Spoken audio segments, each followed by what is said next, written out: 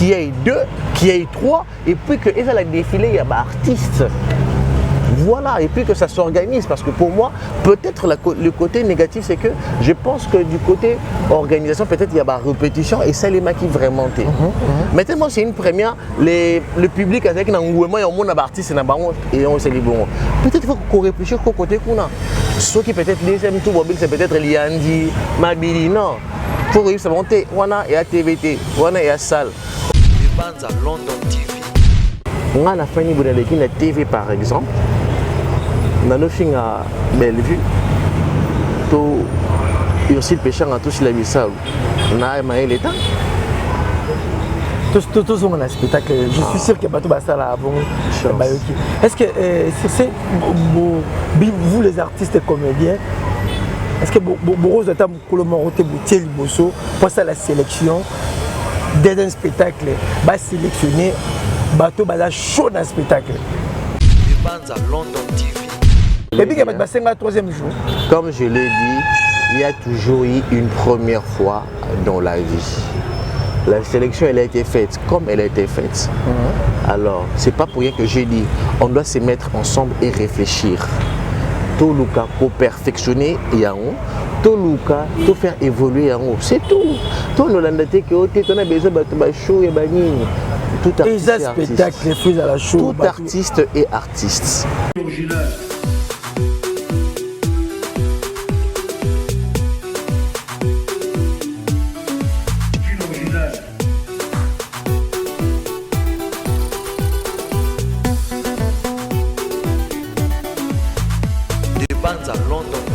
Voilà, que la lumière soit la lumière vie, grâce à la lumière de ça, il y a bien de choses partout dans le monde.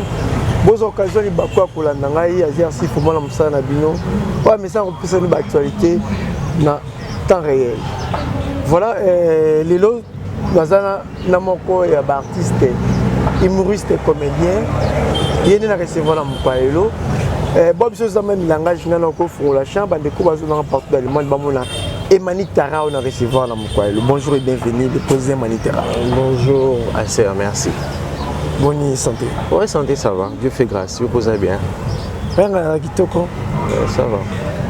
Très bien. Et passer pour maître, c'est une musique. Il y a un groupe, pas comme les autres Zalaki.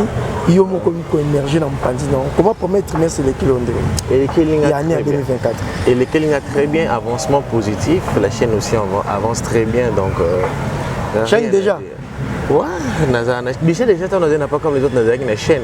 Ok. Ils ont accéléré l'activité à la chaîne en fait.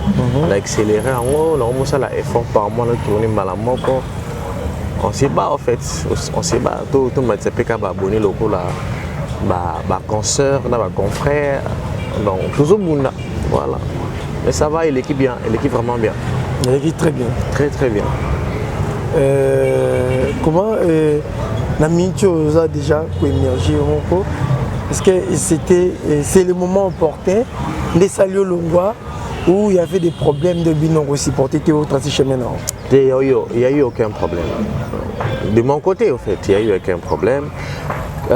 Tu vas aller sur à l'ensemble. C'est la qualité de non. Comme on a qualité sur la qualité, bon, moi, je suis papa, alors pas sur papa. Non. Bon. Tout ça, on vivre ensemble. Même en couple, même en amitié, les petits problèmes ne manquent jamais parce que nul n'est parfait. Mais il y a la raison pour que nous avons le moi, pas comme les autres nations, on a président. Et il y a des gens qui ont été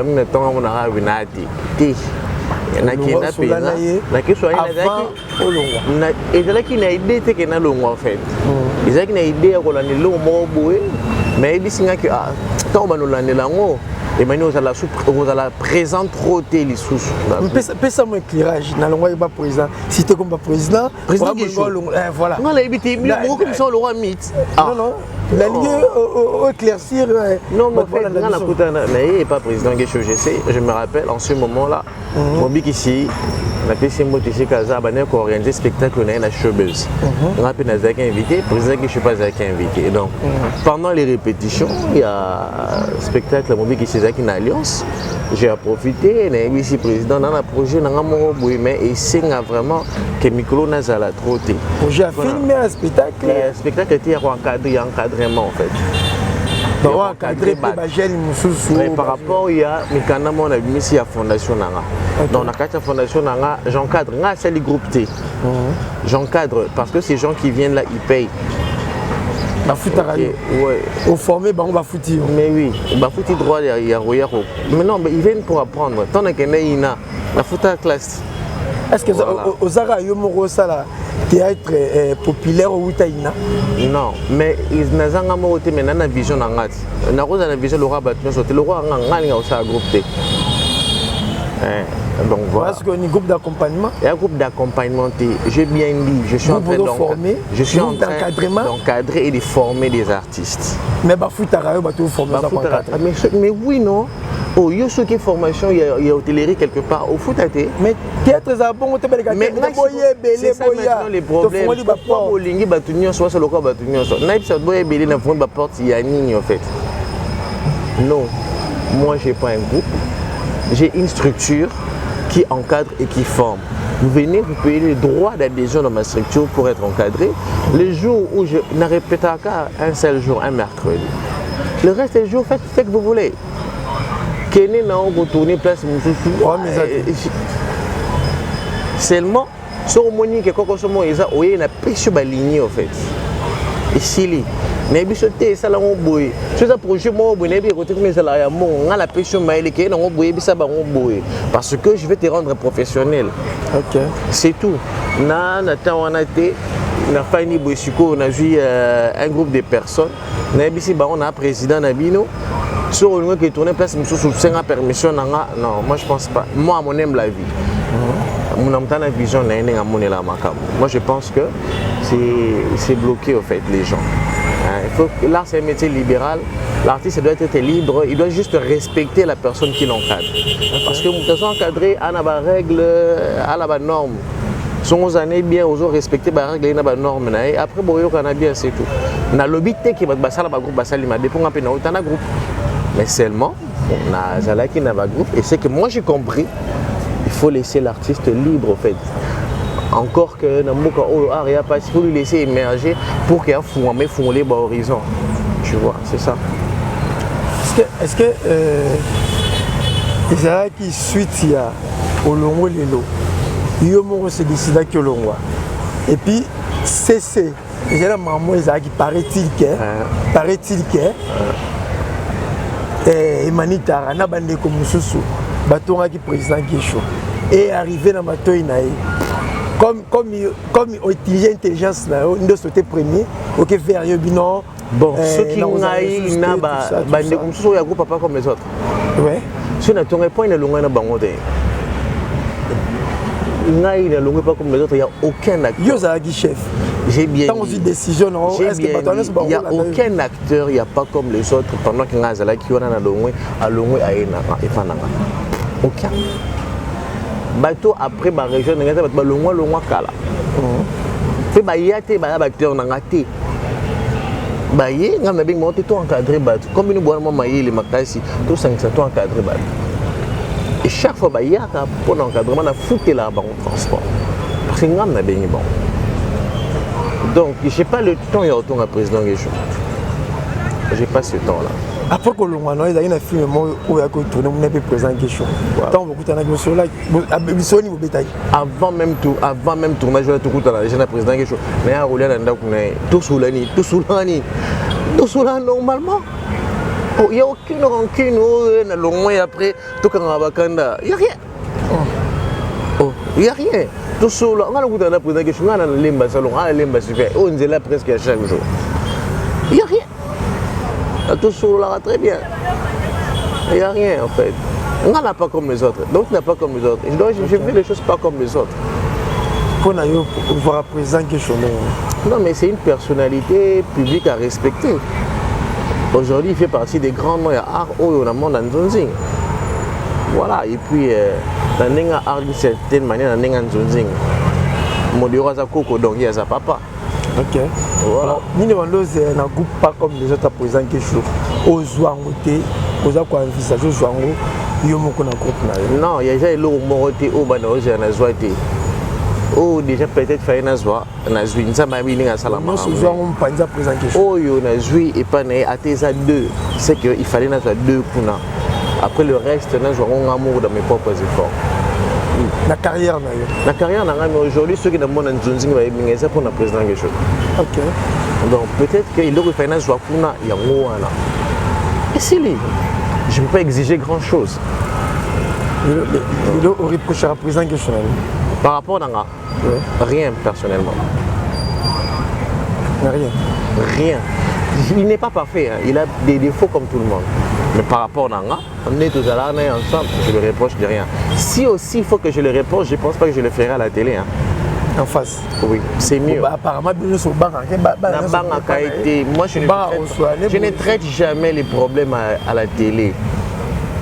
On a un problème à cause de la télé na YouTube na lobango pour ces passages là na so non c'est tout tant YouTube est là comment traiter les problèmes. Tu penses que Moutounion soit a besoin de problème personnel? Le Congo et les théâtres congolais, c'est le seul pays au monde où on a besoin de faire artistes na TV, artistes moi qui a le mic à soigner à la promenade. Et ça quand Congo. Il y a un peu évolué. Il y a des gens qui ont un problème. Il y a des gens qui ont un problème. On ne devient pas professionnel à cause de ça. Alors. Très bien. Très bien. Lilo, Bandeko Nayo, Bakindaki, ça le spectacle qu'on postait en France. Na Maribel. Na Maribel. Après ces 2 jours, c'est le roi Ferrego là.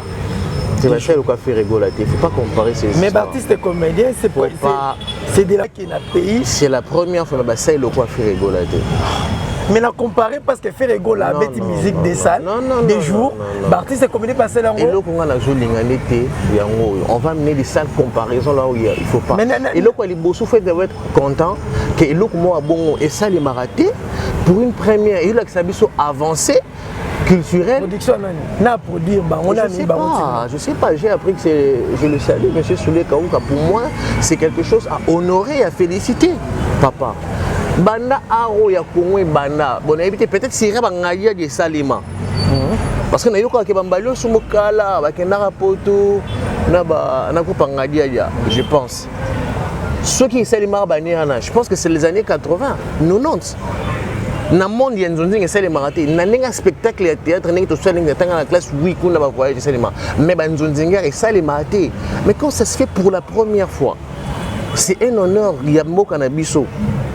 Les Ivoiriens qui au moins total na Canal Plus.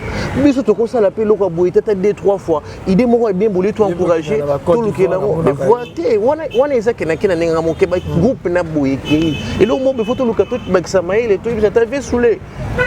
Faut tout ça là. C'est une femme artiste comédien. Non, ce qui c'est un projet on a aussi quelque chose à louer, mais lui c'est ce qui à accomplir la même idée au Yozalaki na il faut contredire. Nous tous on a envie qu'on évolue. C'est quoi l'homme c'est une évolution. Ce qu'on a dit on a monté mais na question on yo position on a monté pour question non c'est ligelo. Tout est là tout ça comme ça nan. Monté. Les choses étonnantes bah qui na combo à F victime fallu ou pas. C'est quoi où est le mal? Non, le temps où il y a mêlé dossier na binoté na musicien. Mais grâce à fallu les mais attends, tant aux autres ont mêlé 2 spectacles différents. Non, ils ont mêlé on te poigné. Tu as dit F Victif. F Victif c'est une maison de production ou non? Oui. Où le mal c'est une maison de production décide de produire des artistes et comédiens. J'ai bien dit une maison de production. fallait sortir à la télé pour dire que non, produire va comédien à la TV. Et il y a même tout le temps combat Fali. Non, et je t'ai posé la question, est-ce qu'elle est qui n'était pas ça là? Question par réponse. Voilà, donc Fali n'est pas sorti à la télé pour faire ça. Et c'est toi qui m'apprends. Et c'est toi qui m'apprends. Attends d'abord, celui qui n'a pas d'autre chose à faire qu'il n'a que Fali, il n'a pas des affaires privées. Mais tant que artiste comme tout le monde va vidéo circuler comme ça Soulé Kaouka. Mais c'est normal parce que Soulé Kaouka, il est aussi passé à la télé, il a dit ça. On a réfléchi, tout le monde qui est à la cave, mais pour une première, moi, il a parlé de lui, il n'a pas parlé des victimes, il n'a pas parlé de Fali. C'est la sélection d'artistes comédiens. Je ne sais pas en fait. Moi, l'essentiel c'est que, et là, quand il s'est mis, nous passé juste un message. Ce qui est au Yokango, et ça l'a peut-être année moko. Et c'est une fois. Et puis qu'il y ait une ribambelle des artistes. Les arabes artistes, les autres aussi partent. Bas à la peine en conscience que ce bouquet spectacle, je comprends, qui m'a été. Parce qu'il diminue Bisso. Monsieur qui m'a été, Bisso qui m'a été. On a un spectacle, on a moni quelques-uns. On a un spectacle public. Même si on a un cannabis, le roi n'est. Je me regarde. Tiens, je me dis moni quelques-uns, ça l'a honte en public. Ici, non, on a un spectacle qui a RDC Congo. Ok. Il y a toujours une première fois dans la vie. Il n'y a aucun mal dans ça. Parce que Naïe quitté, on a tout. Non, on a l'anglais, mais mon droit de détail, oui. J'ai pas suivi les spectacles en entièreté. Pourquoi? Parce que l'équipe en direct. Aux Arabes, va filmer le téléphone, on a mon hôtel, les publics, c'est du répondant. Moi, dans ça, le spectacle dans la salle, tu sens que ça se passe bien. Voilà. Par rapport à la sélection, la sélection, elle était pas mauvaise. Il y a toujours une première en tout. Au début de la vie, critique est à la positive et négative. Mais ce qu'on a Congo, tout ça la critique négativement. Tout à la positivité des choses. Pour une première, deux soirées en une salle de 1000 personnes, la première soirée, il y a eu une foule Tilibana, deuxième soirée foule, c'est bien. Il faut maintenant réfléchir. Je parle de l'Europe, je parle pas du Congo. Je parle de l'Europe, papa. Je parle pas du Congo, je parle de l'Europe. Je parle pas du Congo. Donc, pour une première fois, il faut réfléchir. Artiste, tout comme mature. Tout ce qui va bêtise, il faut réfléchir comme il y a eu un, qu'il y a eu deux, qu'il y a eu trois, et puis que ça a défilé, il y a des artistes. Voilà, et puis que ça s'organise, parce que pour moi, peut-être le côté négatif, c'est que je pense que du côté organisation, peut-être il y a des répétitions, et c'est les maquis vraiment. Mais tellement c'est une première, le public avec un engouement, il y a un monde d'artistes, et on s'est dit bon, peut-être il faut qu'on réfléchisse au côté qu'on a. Ceux qui peut-être deuxième tour mobile, c'est peut-être Liandi, Mabili, non. Il faut réussir à monter, on a et à TVT, on a et à salle.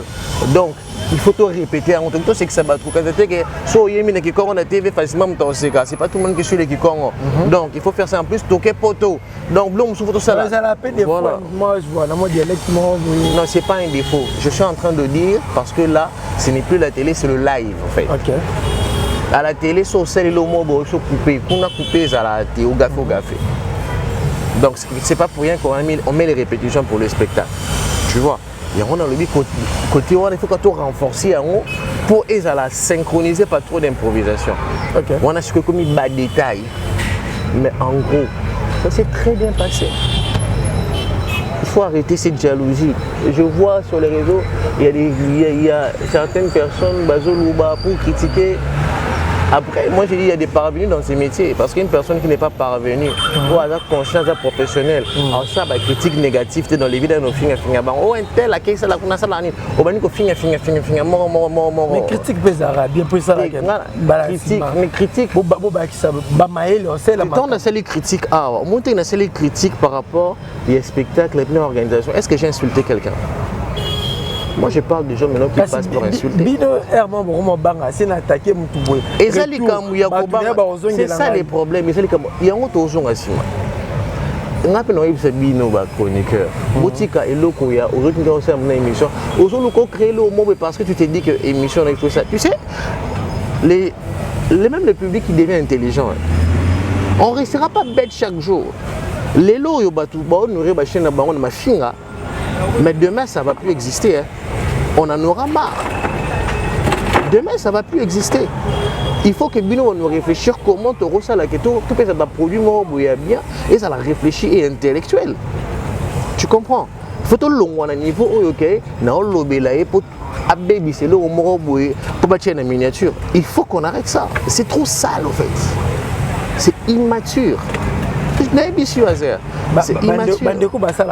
Mais je le dis ouvertement. Mais moi je le dis, c'est immature. Je ne mâche pas les mots. C'est immature. Même artistiquement. On a fait une TV par exemple. On a fait à Bellevue. Il y a aussi le péché en tout sur la Bissau. On a émaillé l'État.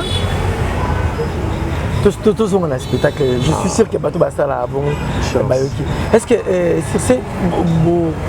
vous les artistes et comédiens, est-ce que vous avez pour ça la sélection d'un spectacle va sélectionner Bato Baza chaud dans spectacle? Pourquoi tu dis sélectionner Bato Baza chaud dans spectacle? Tu penses que Bato Baza est chaud dans spectacle? Déjà premier spectacle, voilà. Mais c'est pourquoi c'est normal, l'œuvre humaine n'a jamais été parfaite, papa. C'est normal. Oui, mais c'est le spectacle que ça n'a pas bizarre. Mais ça n'a pas bizarre. Voilà déjà analyse là. Attends-moi personnellement. Oui, mais c'est dans la martyr. Et martyr, on a des jours pleins. C'est quoi? Biso to bande ko s'attendre ndeto monaki a on akini na poto et ça attend deux fois que ndeto monaki a Azer comme je l'ai dit, comme je l'ai dit, il y a toujours eu une première fois dans la vie. La sélection elle a été faite comme elle a été faite. Alors c'est pas pour rien que j'ai dit on doit se mettre ensemble et réfléchir. Tout le cas pour perfectionner Yango, tout le cas pour faire évoluer Yango, c'est tout. Tout le monde a besoin de show et banini. Tout artiste est artiste. Mais bien sorti ma casse un spectacle dans live. On ne refuse pas. Mais comme la sélection a été faite, la personne qui a fait la sélection, c'est pas moi. Je ne veux pas condamner la personne. D'accord? À cette sélection, l'essentiel, c'est qu'il y avait du répondant. Ça veut dire que prochainement, ceux qui deuxième soirée et ça les matins, l'année prochaine, ceux qui disent qu'en entre Schengen, on est continu, il y aura encore du répondant parce que, quand même, c'est plus là qui. C'est moi, on doit améliorer ça. C'est tout, il ne faut pas tout le tout critiquer en showbuzz et tout. Est-ce que si les lobbies d'artistes et comédiens vous avez un problème dans les combattants? Éviter. Parce que vite de loin, Azaki attaqué. Et là, on a peut-être géré trop cruel. Non, il faut. Si il y a un problème, c'est pour te dire que les problèmes sont réglés. C'est très bien en Europe. Est-ce que les comédiens ont un problème dans le combattant? Mais bien, nous sommes beaucoup de même assiette. Vu de loin, Bazaki est belé pour n'abattre qu'à vue de loin, non? Donc, il faut se dire que peut-être que Bana personnel, voilà. Et si ce sont des combattants, c'est quelque chose de déplorable. Parce que tout ça l'effort pour que ce sont les mêmes personnes qui sont en Europe qui nous insultent. Les comédiens, ils ont un côté, ils ont un banga. Tant que les comédiens, ils ont un quoi d'autre dans la poche, tant qu'ils ont un terrain, à suivre moi car. Et puis ça a valeur. Ils ont besoin de sous. C'est que ils ont besoin de 50 €. On a besoin de l'évolution. Mais c'est que ceux qui vraiment au contraire au moins les combattants ils doivent nous protéger. Ils doivent frère na ba il y a bon il faut pas protéger il faut les combats qu'ils ont contre le pays, contre la politique, c'est un combat, il y a bien, mais nous on n'a rien fait dans tout ça. C'est pas nous qui dirigeons les pays, nous on fait notre travail et puis notre travail c'est de leur faire plaisir. Comprendre. Mais bien vous soutenez un bateau, non, pose une question. À la fin, non, pose une question. Tu n'as plus exemple. Qu'est-ce que vous avez? On a posé une question. À la fin, il dit, ah, ouais, artiste et comédien. Il faut lancer la publicité. Et c'est qu'il y a un mouton beau Canada. Est-ce qu'on a ça parce qu'on est beau Canada? Est-ce que ceux qui ont essayé la mouton publicité, s'il te plaît, moi je fais mon travail. Il y a un truc qu'on ne comprend pas. Ceux qui ont essayé les publicités, est-ce que le lobby qui a commis Moutouaye à Moutouana, tout est ça le service nanga. Est-ce que vous êtes obligé, il faut répondre pour la montée sa service? Mais attends d'abord. Il y a des personnes publiques. Mais attends d'abord. Personne publique, on a une asa. On a évité politicien na nini. Pas sali. Auto habitant monsieur, tu quand il y a des détournements. Un président de la République va gagner des détournements, a proposé nga et bisinga Emmanuel Tarana lengi au sel nga propagande bon nango. Naboya. Qu'est-ce que j'ai à voir? Même si je suis... Est-ce que l'artiste c'est quelqu'un qui est libre? On a besoin de la tendance politique. Yo ou public normal. On se pose à nous la tendance politique. On a des artistes, on a des salles, on a des tickets. Et si lit? On a vivre. C'est la confusion pour ça là, papa. C'est la confusion. C'est la confusion à ma cassie. Batunion c'est bon là. Batang va comme monsieur X a détourné boy. Y a ça la boy. Mais monsieur X wana oh bino bozolo ba a détourné, Y a détourné. Tant ba ne ko sala détournement, azala kinanga. Mais bino katibo contre maître Gis wana o a sali détournement. Venez vers moi boya, Emmanuel. Monsieur X a sali détournement. On veut dénoncer ça. Tout ça la biso le moment on te paye parce que c'est mon travail. Je veux le faire. En plus, s'il te plaît. Mais sur la solution, c'est bon. Un artiste n'a pas de tendance politique. Il faut arrêter ça. Beaucoup la on n'a pas de. Un artiste n'a pas de tendance politique. Il n'a pas de tendance politique. Un artiste n'a pas de tendance politique. Il vit de son travail. Parce que non. Tout le cas évolue en fait. Maman les caca na Congo. Et les caca na Congo. Aux États-Unis on voit, on a vu Asher, à qui reçoit la propagande du président Obama, à qui Ayembi lui Obama. Mais il y avait des gens qui n'aiment pas Obama. Bah ça va faire Asher, bah c'est Asher ni. L'autre longo lui à la fin de pour aimer Obama. Mais il est venu faire son taf, on l'a payé qui toute cette médiocrité on ne peut pas évoluer en fait. Non, c'est de la médiocrité, mon frère. C'est de la médiocrité. Mais oui, on ne veut pas évoluer.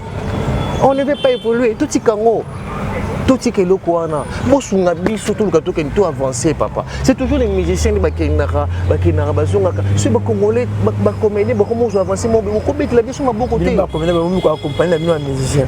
Moi je dis qu'ils accompagner bon côté. Moi je dis que c'est quelque chose de bien. Tout renforcer comme le moi bien comme le moi munene il peut-être un jour na ba chaîne minine tout à l'heure ba ivoirien et ça avantage pour la bisote tout tika la kana ba confier miki oyo ça nous arrange en quoi.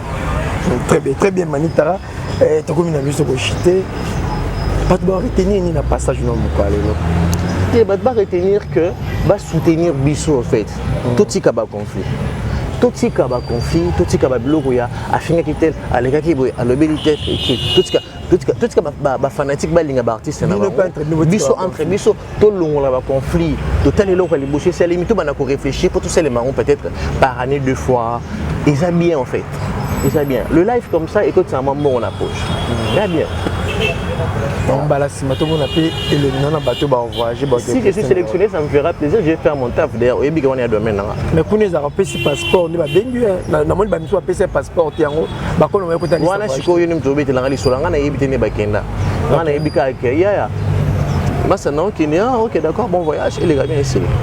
Est-ce que on est sur Bazon là aussi la habité chacun fait sa vie mais j'ai pris seulement que on est sur Bazon et je suis sûr que pas professionnel Bazon. Le professionnel là, qui m'a raté. Le professionnel, il vit de son travail. Quand tu vis de ton travail, tu vas rester faire quoi? Tu vas ça, non, attends, il va faire quel travail? Professionnel, et ça, au salle à théâtre. Ok, ça, spectacle à théâtre. Spectacle ici, au tika l'osade. Mais un spectacle à la va jouer. Tu es un sakina qui a ça la ramené avant. Pour comparer, je suis un ministère à une boule, mon branchement pour créer conflit. Mais non, mais tu as dit solo. La richesse à Kenara n'a n'engagé à qui qu'on ça la ramené mon sous-sous. Il y a un salade. Mais bien bouquet affiche bouquet spectacle. Quand bouquet, bon ah voilà. Ceux qui vont après, et ça m'a ramené bon personnel, mais on parle du travail là. Quand aussi c'est une abus de salutation, on va te parler. Pamela Omar Yokako, la femme du boss et boss. Je te salue, je salue Janine Benga, Nora Bialou, c'est Jonathan Gana les champions, je les vais Malongi, Malongiska, Jojo Mungu, on a grand frère Nanga Pastor, je salue ma mère Yango Lorut, maman Clémentine, Patricia Baramoto, très bientôt à Kinshasa, ma grande soeur, je te salue, à Kinshasa Balinganga, tout coup à Natara TV officiel, merci. Voilà un grand merci, la bande de toutes vos opportunités, la tête du tout à dire si on a pour représenter yango mpona bino invité nanga ezalaki Emanitara baquestion ezalaki yanga baréponse ya ye boteni biso rigueur te toza bana papa moko mama moko Sandra Kitoko bagros bisous koto ozali na mboka ya Panama et pourquoi pas Aketia Kitoko la maman de Shukrana et Ritiana Kitoko Ana Muyandi motema ya maître Belly de chasse. Bon, agence Fakom Nasuka, à la prochaine. Merci. Bye.